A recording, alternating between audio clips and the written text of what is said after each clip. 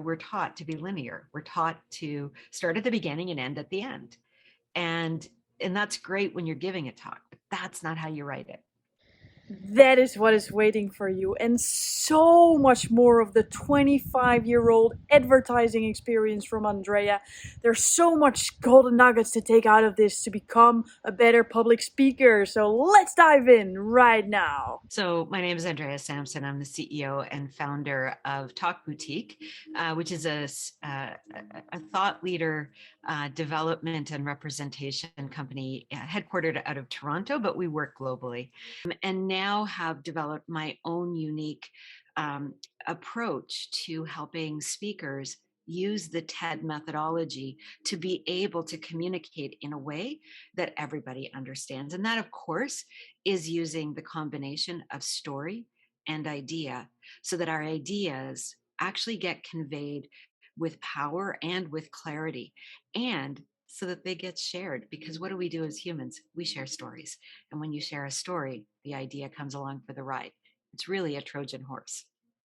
Wow, I love that analogy. A Trojan horse. You want to put it in, and then it unfolds itself. And it's pretty damn interesting how your journey, um, took you where you are right now, right? Like from the advertising industry to now helping people sharing their ideas, combining it with a story. How do you um, get the knowledge that you had from the advertising industry? How can you utilize or leverage in a way that helps people right now with what you teach? Mm, How do you use that question. knowledge? So, so there's a couple of things. One of the things that I've really come to understand quite deeply in the last, 10 years is that, if what you want is to be, whether it be on a TED stage or be recognized as a thought leader, um, there are some really important things that you need to do. And when I think about my time in advertising, I learned these things in a way that had nothing to do with what I do now. And so it's a really interesting thing. So to be on a TED stage, to be a thought leader, what you really need are three things. One, you need you need to be an expert communicator. And of course, when I was in the ad world, that's what I learned. I learned how to communicate in a way that helped others to know it, to understand it, to be able to connect with it, to create emotional connections. So an expert communicator is absolutely essential, and it's something that I've brought over from my ad days. The second thing to be on a TED stage or to be a recognized thought leader is you need to have a brand that aligns to your thought leadership. And when I was in the advertising world, that's exactly what I was. I was a brand strategist. And so I understood the power of brands. And what brands really are is a story that we tell over and over and over again so that we connect to that story. A brand is simply a story. So when you think of yourself and the ideas you want to put out in the world, what's the story that you're telling about yourself that helps me to understand who you are, to connect with you on a values level, because that's what brands do. They give us a personality, they give us values, they allow us to see a promise that you as the brand are making. And of course, that's your thought leadership. And then the third thing that I learned in the work that I've been doing, and I now see it through a different lens, of course, from my time in the agency world, is that you need a community who supports and amplifies your message. And when I was in the ad world, when I first started, so I eventually became a brand strategist, but when I first started, I was on the direct marketing side, so response oriented marketing. And what we knew really deeply as marketers, as advertisers, was that you needed as a brand to have a following of people who talked about your brand, who told others about it, who enrolled others in it, who became your ambassadors. And as thought leaders, as people who want to get ideas out in the world, we need to think about the communities that come up around us. Sometimes they're intentional communities that we create, but sometimes they're just communities that spring up around us who really love what we're doing and want to tell other people. So the question to ask yourself in that is, what are you doing to cultivate that, to show love and gratitude for what it is your community is doing? So the lessons I learned from the agency world that I've brought into what I do now is to understand how to be an expert communicator, how to build that thought leadership through a values based brand, and how to build a community that supports and amplifies that message. Wow. Wow, it is very visible that it's a very thought of strategy that you're talking about. And um it's like a multi-pillared one, right? Like you have the story, Mhm. you need the brand, you need the people, the engagement. And if we zoom in a little bit on the first part, like the story part, what are some, like, what is a story actually? What Yeah, are we that's talking a about? it's such a great question. I love that question because I think, we all think as humans we know what stories are. And, Hmm. and we do. Like we do, like stories are hardwired into us as humans. And we've been telling them since, we were sitting around, open fires in caves. Stories are the way in which humans have communicated through millennia. But what is a story? Well, a story is a way for me to convey something to you or to many people that connects with you emotionally, intellectually, and in some ways physically. A story is a combination of those things that brings you into my world in a way that has you bringing all of who you are. So, I love, there's a lot of brain science behind storytelling. And, one thing about our world today is that we're so lucky to live in times where technology is helping us to better understand not only who we are, but why we are who we are. And you know, in terms of the technology that exists today, some of the newer brain science technology allows us to look at the brain and to give stimulus to us so that we can see what's happening inside the brain and when it's happening. And why that's important with storytelling is because imagine if you have somebody who you were looking at their brain and we're telling them a story. And now you can literally see the brain light up with electrical impulses, and you can see where those impulses are taking place. And we know different parts of the brain do different things. And so, what we've learned from brain science and storytelling is that when you tell a story, the brain, like over 7 parts of the brain light up simultaneously. And why? It's all the sensory elements of the brain, everything from sight, sound, touch, taste, all of these parts of our brain that really love to get involved in things.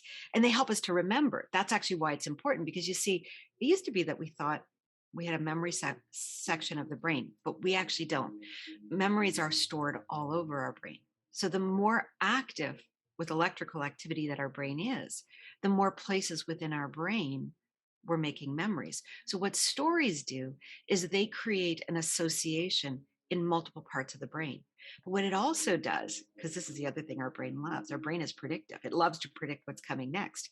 And what happens with a story? We're hanging on every word going, and then what's going to happen? And we're already thinking ahead, right? So stories are so engaging. So what's a story? It's a way to engage the whole human, a way for us to convey emotion, and a way for us to give a window to somebody else into the world in which we live. Wow. What an elaborate answer. I love it. I love it. And it makes so much sense, right? To incorporate like the stuff we actually know about how the brain works and to use it because the knowledge is there. So why bore people with all throwing out some facts while we can actually use the science, like the knowledge that there is out there in order to engage more or in a way to make more impact because if knowledge, really gets remembered, and it really stays in the mind of someone else, then that's where magic happens, right? I love it. Absolutely. I mean, you're 100% right. That is, I think, what, like I said, I'm always so excited about the world we live in. There are lots of things that are maybe challenging about this world, but there are so many good things that are happening in our world today. And we're understanding things in such a new way. And as humans, it is probably one of the best times to be alive. And so we can see these things and we can use them and we can understand them. And with that, we can create impact because every person on this planet is unique and we all have something unique to add. Ooh, That's a great one. Like I often hear these people, or sometimes the doubts about public speaking, because we can know that brain science can help us, we can understand that we can use stories to make more impact. But sometimes, if you're standing in front of people, this voice pops up, or when you're creating your story, it's like, but what's so unique about me? But then, Yeah. I mean, I read a book the other day and it said like almost 100% of our thoughts are recycled thoughts. They're Hmm. thought before us and we just do it all over again. And in a way, every story is told before, but not Yeah. from you. We're not That's from it. the person, and that's what makes it unique, right? Well, I think what you're getting at, and because I think about this a lot. I when I got into this world and I started working with TED speakers, I was like, wow, I mean, here I am. What do I have to add to this conversation? These people are like incredibly, talented and skilled and educated. And, I'm just this, somebody who knows how to communicate. And one of my speakers said to me once, I, the work that I do is so complex. It usually takes hours or days for me to explain what it is I do or to teach somebody how to do it in a way that is impactful. But what you help me do is you help me do that in 18 or less minutes. And it struck me and I was like, wow, I never really thought about it that way, because one of my gifts is to understand, like I said, how to get that core insight and how to build a story around it and actually do it in a way that's memorable. But what that message from that speaker did for me was to help me to understand not just what I brought to the conversation, because that was important for me, but what's actually more important for everybody else is that every person has something unique to add, because we have a unique world, we have a unique setup, we have our experiences are unique. The way in which we were taught to think is unique to us. And so while every thought, and I agree with this, is to some degree recycled, but when you think it, you're thinking it differently than anyone else ever has. That's really amazing, because what you're doing is you're bringing your unique experience to it. And why that's important is when you share that. So when you share that thought, recycled or new, but through the lens of your thought leadership, through the lens of your experiences, what you're doing is helping somebody else, and many somebody else's, depending on who your audience is, learn that concept in a way that they could never have learned it before. And that helps them then build and grow who they are. And so when we understand that it isn't so much about knowing the right answer, because let's face it, there's no such thing as right. We're living in a world where even things that we thought were factual are being disproved through science. So there is no right or wrong. What there is, are you closer to an answer to a question you're asking, or are you further away from that answer to the question you're asking? And so the definition first of what's the question, and then secondly, how am I getting closer to it? And that's what individuals who have unique ways of viewing the world, which we all do, bring to every conversation we're having. And that's why it's important that we all speak in a way that impacts others. Mm, this is urgency. Yeah. Well, I we're at a time when we need it. It's true. Like what you said, it's a challenging world out there. It's amazing. It's never been so, in some areas, never so well developed as before. Um, but it also asks us in a way to bring our unique strengths to the table and to solve some like real world problems together. And how can we start? By speaking up, inspiring Right. others. Well, and to that point too, I mean, like I said, I do think about this a lot. I'm actually in the process of writing a book right now on this. So it's like it's in my mind all the time. And I think one of the things that as I look out into the world, and when we start to think about those who we follow or we aspire to be or look up to, if we think about the last 50 years of our history, those people have tended to look one way. They've tended to be men, and they've tended to be, homogeneous in the way in which they look. And our world has been inspired through that. And through that lens and through that time period, that was the right thing. But our world looks very different now. And we need leaders, we need thought leaders who actually look more like the communities within which they're inspiring. And so, when we think of leaders of countries or leaders of companies or leaders of industry, what we need are more diversity of thought and therefore more diversity of form. So, who is the thought leaders that we're looking up to? Are they women? Are they people of color? Are they different neurodiverse groups? Are they, these are questions we need to start asking of our leaders and then stepping into it if the answer is no, because we each bring some thought leadership. And so when we step into that, what we're doing is we're creating a world that is reflective of all of us and not just some of us. And that's important. That's really important. It is. It is because it reflects the world. Huh? So if it's like a small port, it's linear in a way. Yeah. And to to go a step further, Andrea, it's like we need to speak up. Okay, but what like like right now there's people listening, like mission-driven people who want Yeah. to create their story, who want to go out in a more compelling or persuasive way, maybe. What could be their first step? Yeah. So the first step in my mind, so as I go back to what I was talking about earlier, is the first step is to step into your communication ability, right? Because you can't get anything out there unless you can communicate what you think and believe. And so, and that starts with really grounding it in some core ideas. So the first step is to really do some inner work on what's important to you. What do you believe? What do you want others to know? Now, you might be an expert in a very technical industry, or you might be somebody who stays at home and raises children.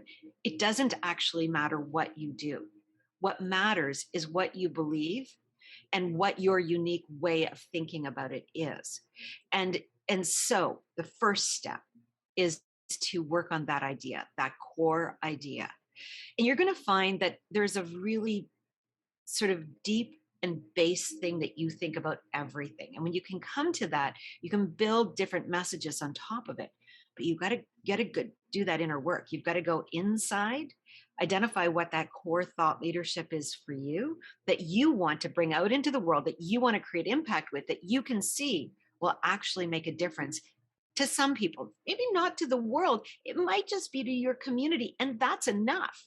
Doesn't again, we tend to get so caught up in, well, I'm not good enough, I'm just this or I'm just that and I only know this. Well, you know, you're the expert on you and you're the expert on what you know. And so when you understand what that is, and then you can see the impact, and impact is ripples. So you start with your family, and maybe you go out to your community, and maybe you go out to your industry, but you have to start somewhere. So what's the core idea?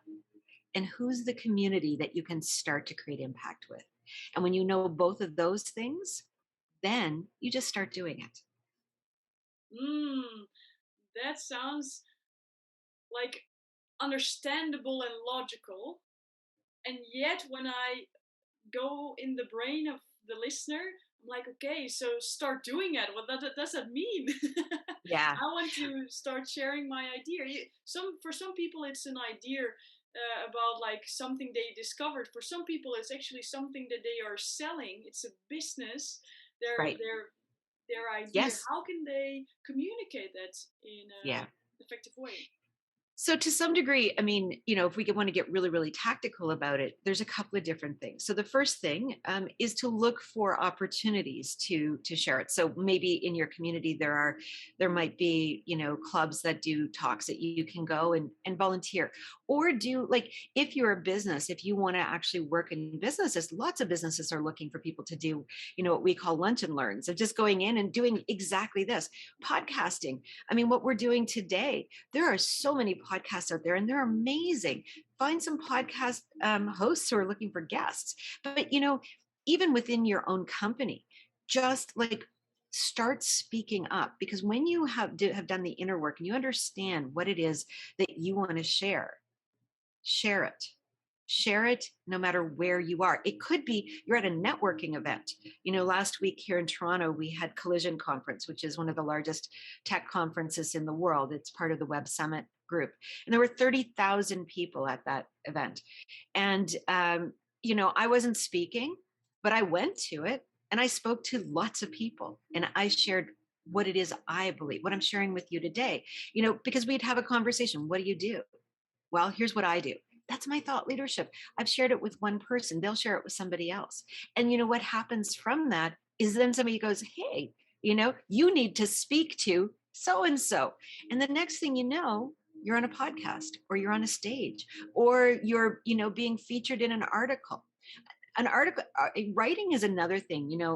We used to live in a world where these things were very inaccessible. Back in the day when I got started, you to be a journalist, you had to have years of accreditation and somebody had to hire you, and you do that. Well, today you can blog. It's as easy as that. Start blogging. Set up an easy, go on Medium and just write a blog. That starts you off. You can also look at some of the online magazines. They're always looking for contributing editors. So the way you start is going to be unique to you, because it's going to be unique to who you are and where you are in your own journey. But what you need to think about is, first of all, what is it that you're talking about? And you may not have it fully formed. That's okay, because every place that you're saying it, it's going to become more formed for you. So every time you say it, you might say it a little bit differently. You know, uh, Laura, you mentioned when we started, I have a little note taking tool that I use called Otter. And what I love about Otter, and the reason I bring it up, is because like I said, I'm writing a book. So I'm often saying the same thing over and over and over again. And I actually want to remember how I said it the last time. So I use it as a little note taking tool for myself. I continuously transcribe myself so that I can go back and go, what did I say? What do I believe? You know, because sometimes we say things that we didn't even know that we knew. It comes in that flow of consciousness. So the more that you can say it, don't worry about it being perfect. Just worry about it being progress, because that's what life is about, progress and not perfection. Wow, progress over perfection. That's a good one. That's a good one. And that is what it's all about, isn't it? And what I love about what you just said before is, like, everybody can create an opportunity to speak. It can be in a network event, it can be family members, it can be everywhere. Like, what I found fascinating actually, I started living as a digital nomad 2 months ago. So I've lived in crazy cool places with a lot of other people, and I've met so many new people who every day ask me, "What do you do?" And the funny thing was that the first month I was traveling with someone else. And in the first couple of days, she asked me that question also, like, "What do you do?" And I gave her an elaborate answer. I was very passionate, very enthusiastic. And then after a month of living, we walked together, and then another person joined and asked me the same question. And I answered. And then she got back to me. She was like, "Wow, Laurie, your story really developed because it's so different than last month. And I train people to communicate." But Right. that's what it's about. It's not about being perfect, because you will never be. You will never ever be.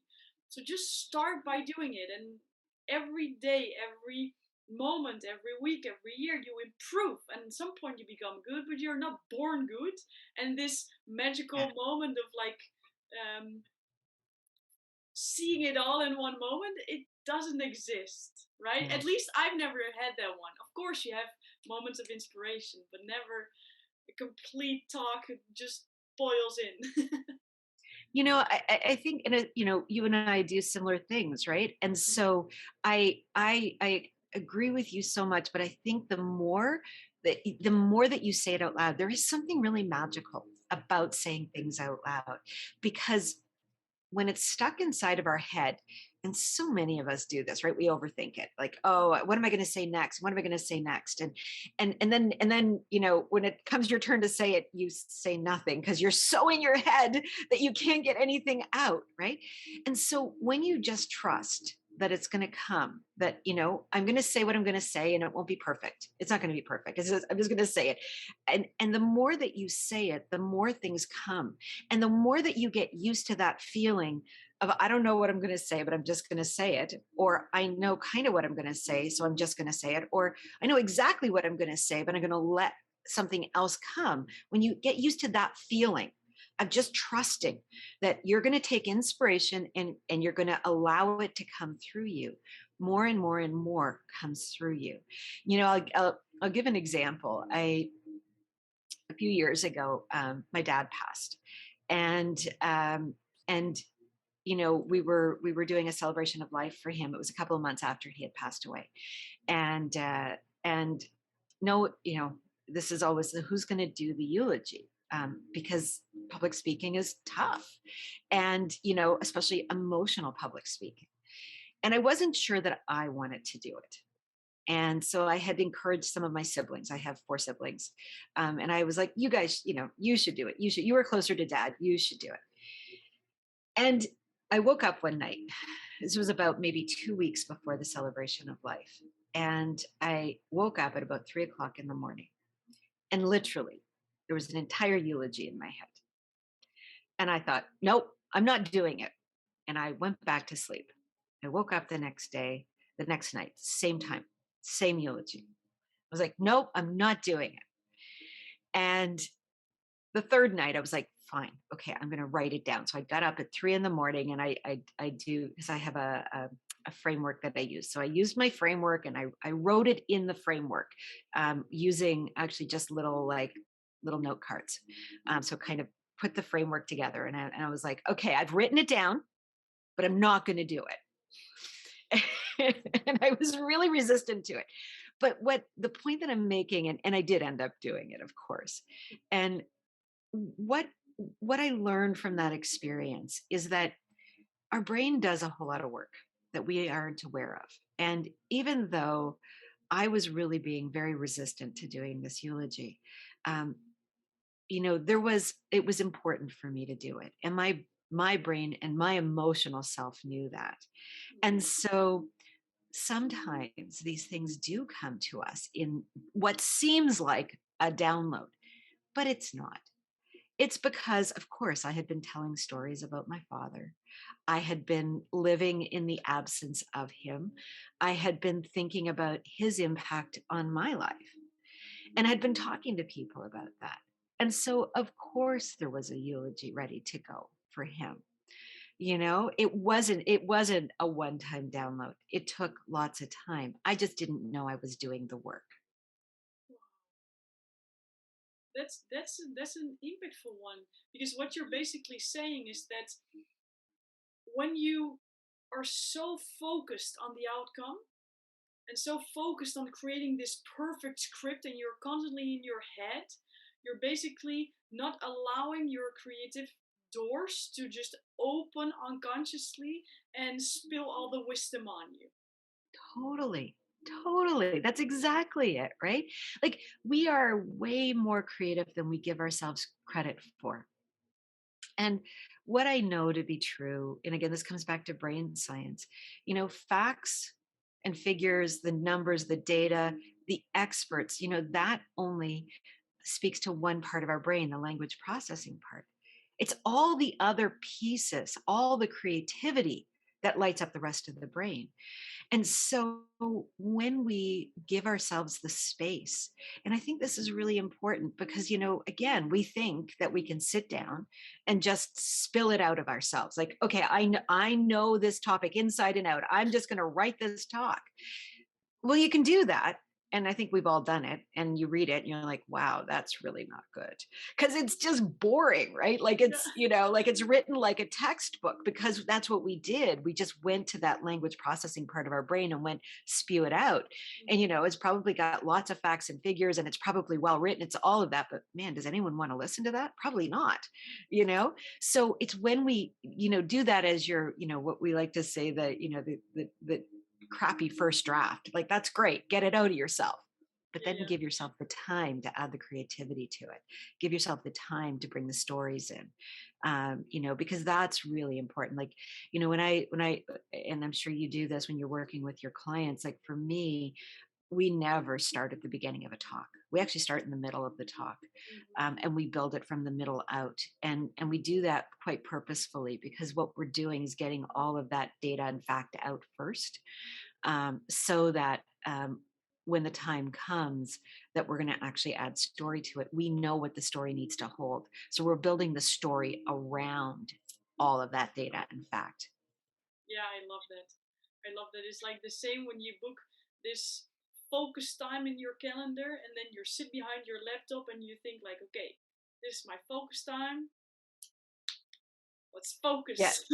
Yeah. Yeah. And then most often or not, you're really not focused because it's so forced.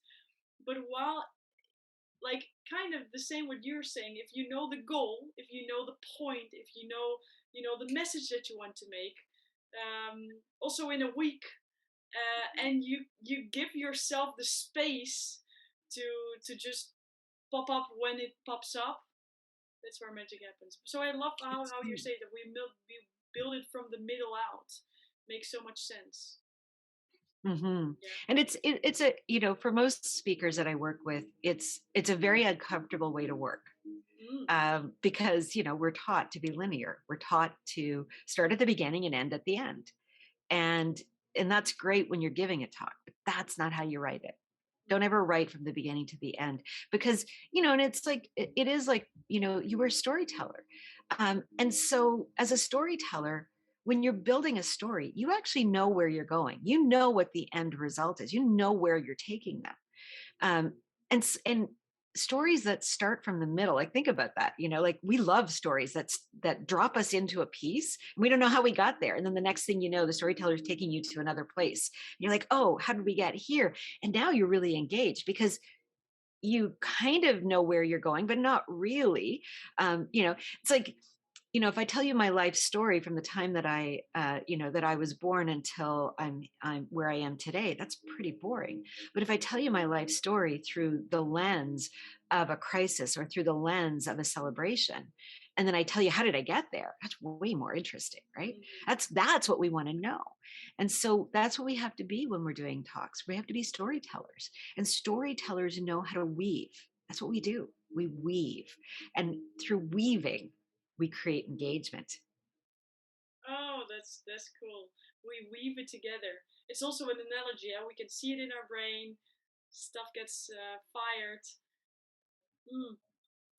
I am very intrigued about everything that you're telling. Like honestly, like I'm intrigued. So I assume that the listener is also intrigued, and to also be grateful for the time of the listener listening to all of this interesting information. I want to ask you one last question, and that is if you go back to a moment where you struggled creating a story, or Mhm. when you saw someone else struggling with this story, and you can pick one pain point and you can give a bit of the solution in the last few minutes, what would you say? So, I wasn't always a good storyteller. So I'll start off with that. And certainly when I was in the agency world, like, what I knew to be true is that we needed to engage with emotion. But I didn't really know how to do that. And, for me, it really came together when I started working on TED because I started to understand this concept of using story as a carrier for ideas. And where it came together was, you know, when I would work with scientists and academics who are storytelling is often trained out of them, and I would bring them back into it. And what would happen is that then they would retell all the elements of the story. So I would get bullet points about the story. And what really dropped for me was that when we tell stories, we need to tell them in the first person. They're our stories. And so I'm not going to tell you about the time that this thing happened. I'm actually going to take you into that time. I'm going to take you into that moment because what I want to do is I want to bring you on a journey. So, for those who are struggling with telling stories, we have a little thing we call the story spine, and it's a pretty simple framework to tell a story. It's just 5 elements. Um, but what it does is it gives you a way to tell a story. So it starts off with the environment. So the environment is the sense of place. That is where the story is happening. So it's a Tuesday afternoon and we're walking in the park and it's a beautiful sunny day. The birds are chirping. The sky is that beautiful color of blue that is just unbelievable to look at. I can smell grass. Now, you're with me, aren't you? You're in that Absolutely. story with me. So the environment, I've taken you into a place. I've excited your senses. Next is who's with me. Who are the characters in that story? Characters have names, they have backstories. They don't have to be long. It's Andrea and Laurie, and we've just met for the first time, and we're both storytellers, and we're talking about telling stories. So, that's enough for the audience to be with us on that story. Now, the next piece is what's the point? What is the issue or conflict or opportunity? Why am I telling you this story? And usually this is where most storytellers start. They start right here. This thing happened. Again, you got to build to it. So, but here now, in this little story, maybe it's we come across an injured animal in the park. And Lori and I are quite concerned about this little injured animal. Um, and so that's the issue or conflict or opportunity. But here's the point where it's really important because all good stories have a tension point. It's that and then moment. It's what we call the raising of the stakes. So the fourth part in telling a story is the raising of the stakes. Something happens, the and then. So then Lori and I notice that there's a wolf prowling nearby, and this poor little injured animal is probably not going to make it much longer if we don't intervene. And so, of course, we end the story with a conclusion. What happens? We call animal services. We guard the little animal until animal services come and it's taken away and the wolf doesn't get his dinner that night.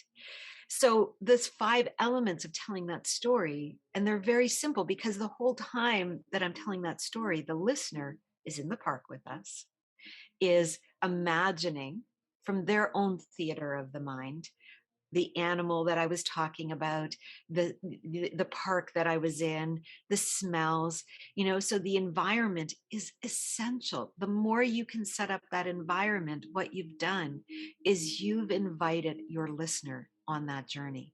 But each element, the environment, the characters, the issue, the conflict, or the opportunity, the raising of the stakes, and then finally the conclusion. If you use that little story spine every time, you will tell a good story. And it doesn't matter if you're at a cocktail reception, if you're sitting at dinner with your family, or if you're in front of an audience of thousands. Using that will help you. Wow, that is so specific. I love it because um, I'm a very technical person. When I learn something for the first time, and I know there's a lot of people out there who are as well. So you told a bit about the mindset, about the technical. So everybody has a golden nugget to take away, I think. And if not, I'll put your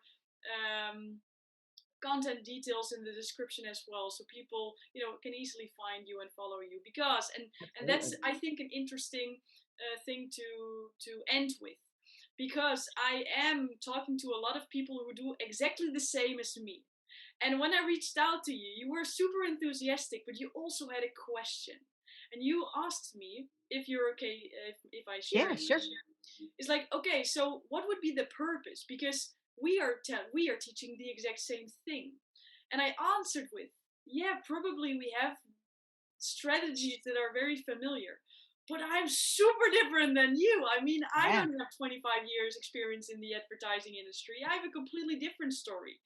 I'm a completely different person from a completely different background, approaching people in a very different way. So I know that there's people out there who need us. Some are more resonating with me, and some are more resonating with you. Totally. That's absolutely the purpose. So Yes. it's I think it ties back to the moral of what we were telling about is that even we have to remind ourselves sometimes about that point, and that is exactly what we are dealing with as well. So it's super awesome. And you did it! You watched it all to the end. Congrats! You're taking progress over perfection by watching this whole video. And right now, the next step is to take action. And how you can help yourself is put your biggest takeaway in the comments right now. And besides that, two other things. One is to like this video so you help others find it. And the second one is to subscribe to the channel, because this is not the only thing that's coming out. So much more is yet to come. So comment, like, and subscribe, and see you in the next one.